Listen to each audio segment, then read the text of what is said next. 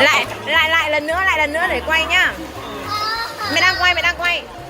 Nào, Su của mẹ làm được, cố lên con. 1, 2, 3, ui giỏi quá.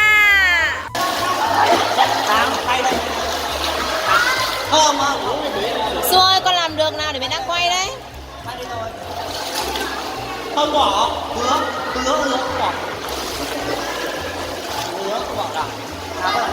Gần tí ok.